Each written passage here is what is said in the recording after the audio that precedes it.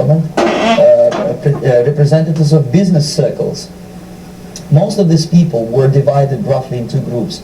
Those who would toe the Soviet foreign policy, they would be promoted to the positions of power through media and public opinion manipulation.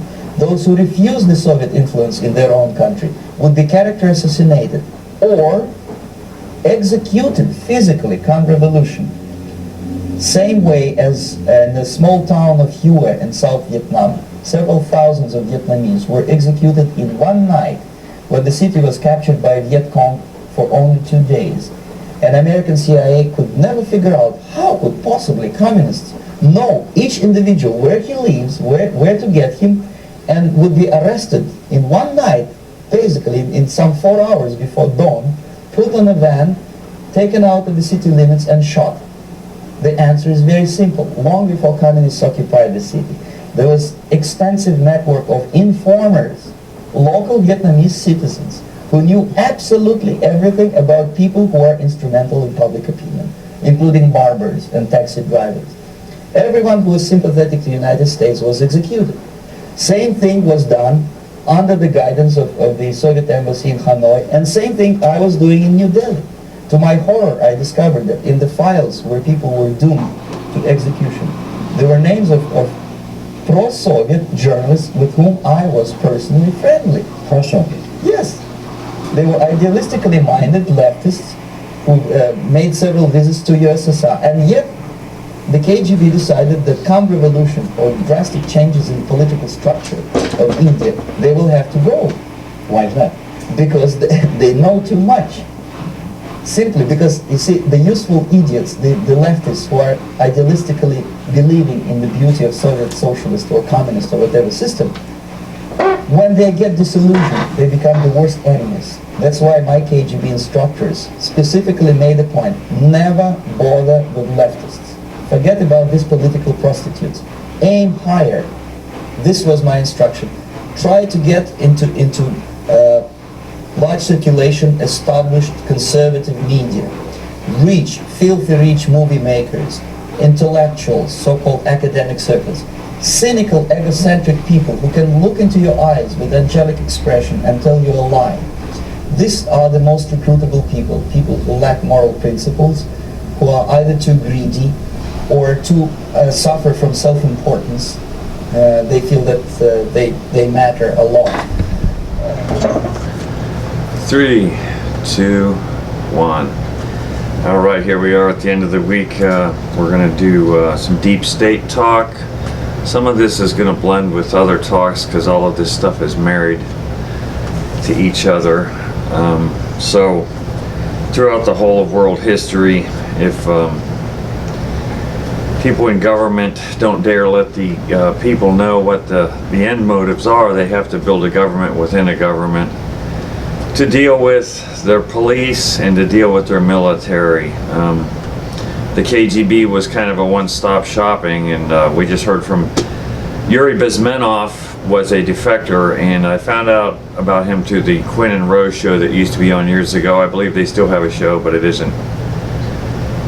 It's widely known now, but he was a defector and he was in the KGB, and he was recruiting in the United States during the 60s on college campuses to teach Karl Marx to all the brilliant. So yeah, so the KGB is kind of like one-stop shopping. You get your CIA, you get your FBI, you get all of that rolled up into one little ball, keeping people in line, and it doesn't matter whether you're the day-to-day police officer or the military. The SS was filled the same purpose in Nazi Germany, a government within a government, to keep the government in check, those who would defect once they discovered the brilliant ideas of these godless elite. So how do we start a deep state in the United States? Well, let me put it this way. 1960, JFK, the other side of the road, when the Democrat Party still had a little bit of they were still a legitimate party. He would not allow public sector unions. You can't have a cross-section of local, state, and federal employees decide that they're going to get paid whatever they say, irregardless of where the money comes from. Using the IRS and the police forces as guns against you, the taxpayer. This is what we've decided we're worth. Completely bad idea. JFK wouldn't even allow it, and when they started to allow it in government, I said this is the building of the deep state. In the 90s, Bill Clinton hired more government employees than ever in U.S. history for this purpose. Unfortunately, people who do not know the Constitution or could care less about the idea of limited government, they were educated into this self-importance, regardless of what your job was, school teacher, police officer. They were just brainwashed over decades. They're not making enough money. Well, then privatize a lot of it, because we can't just pay you whatever you say and then you threaten us. We've had a war in 1776 against people who love the idea of working poor. You better come up with the tax money or else. That's why all of your situations, East Liverpool with its speed cameras and all these other Ponzi schemes, because there's no revenue in some area, Youngstown, East Liverpool, Detroit, New York, California, name it. That's why all these Ponzi schemes are coming up, because they have no revenue, because the private sector is America. It's not the government sector. If you're in the government sector, you are not going to get paid a lot of money, because as soon as we start that slippery slope, it will take over and do what it's done, which is I posted a video about from Prager about this. But anyhow, Bill Clinton hires all these people in these lovely jobs, cushy government jobs, and I'm sorry folks in the military, there's a lot of civil service jobs just like this. Complete waste of bureaucracy, very little expected, the pay is way too high, and we cannot afford you anymore. You're going to have to go to work in the real world. We absolutely, so JFK, public unions, we said the heck with that, coming from a Democrat, and then it takes generations of people to get them believing that this is okay to do.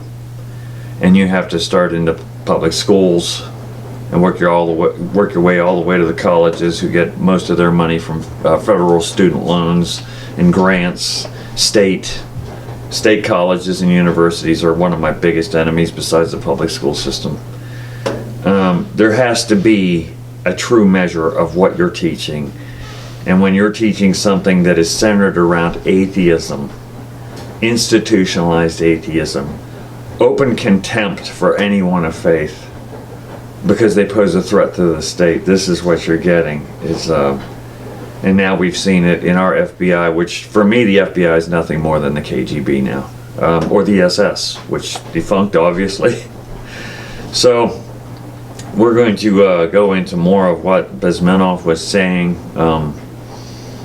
He was referring to journalists. He actually witnessed journalists in India being murdered because once they find out what they've been pushing to people, just like our press is pushing socialism, once they realize they're not going to be at the party and they're going to suffer right along with everybody else, they will become a dissenter, and the system does not put up with dissenters. So covered some stuff, plus the video ate up some time. So the deception, public unions polluting the pool all the way to the cliche. It's not I say cliches are good food. Stanley P. The swamp that's in DC, not just the swamp that's in DC, the swamp that is locally. You go to any school district and or any local town that's having a hard time paying for its police or fire, because we have run off all the private sector jobs. They no longer produce revenue. So we come up with these Ponzi schemes to compound the Ponzi scheme of Social Security and all the other lovely government things. They were supposed to prevent poverty while ignoring the realities of God in the scriptures. It just tells you right up front there's always going to be poverty. Should we try what we can? Yes, we should try to do things about our issues, but we can never use local, state, and federal government as a charity. Like I said before, it will become a curse and it will consume everything. If you look at our debt, that's where we're at. But okay, so we've covered a lot of things. I need to stick to my talking points, and we'll go more into the press because somehow we have a press now that thinks they're a holy institution that cannot be criticized, which is a big problem, obviously, because of what we're witnessing going on right now, and that's the impeachment trial, and these people in the press that have decided that they get to be the go-between, and they are not to be criticized. It's kind of like the priests in the Bible. They served a purpose, but then their purpose got hijacked by other people, and that's to play the go-between between the people and God, and that, of course, that was abused and turned into raw power that these people wielded.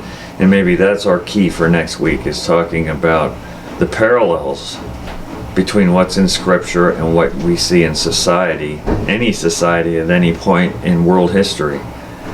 How we get these mouthpieces that become self-important, and of course, and typically are removed from the idea of a God, because then there's an authority over them. So, but we'll cover that ground soon. But go online and look at Bezmenov. The Soviets didn't invent demoralization; they just gave it a name, and demoralization didn't work on them, just like the communist system in China. They don't have to worry about control because they have martial law already. Even if you don't get out of line, if we think you'll get out of line, we'll just kill you. So, food for thought. Go online, look at Bezmenov and who he was. These people currently are operating under the same ideas. Ironically, Russia and USSR, and now we're dealing with China, which is, the left has always had two girlfriends, the USSR and China. Now in 92 they went down to one girlfriend, China. So they're more than happy to throw the former Soviets, the Russians, under the bus.